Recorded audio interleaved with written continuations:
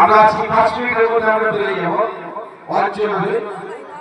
আমি এখানে বিশেষ কিছু বলতে চাইছি না। মঞ্চে আমার শিক্ষক আছেন, আমি ভাঙ্গড়া হাই মাদ্রাসার ছাত্র। আজকে আপনাদের সামনে এসেছি গরিবের বন্ধুর পক্ষ থেকে।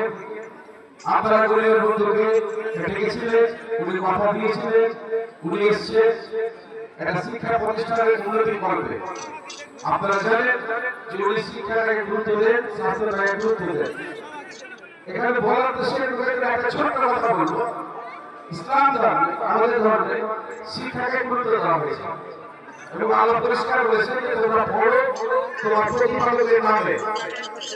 যিনি শিক্ষা দিয়েছে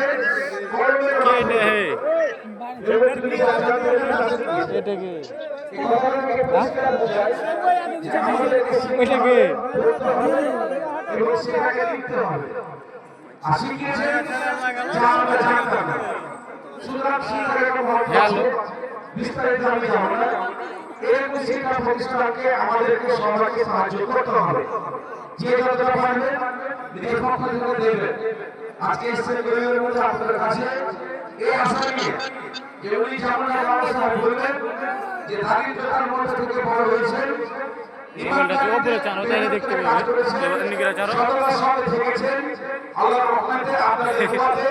আজকে তিনি একটা জায়গায় অবস্থান করছেন। কিন্তু আমাদের কাছে আনন্দের বিষয় যে মানুষের কাছে পয়সা হলে সে অহংকার হয়ে যায়, দাম্ভিক হয়ে যায়, কিন্তু তিনি সেটা হননি।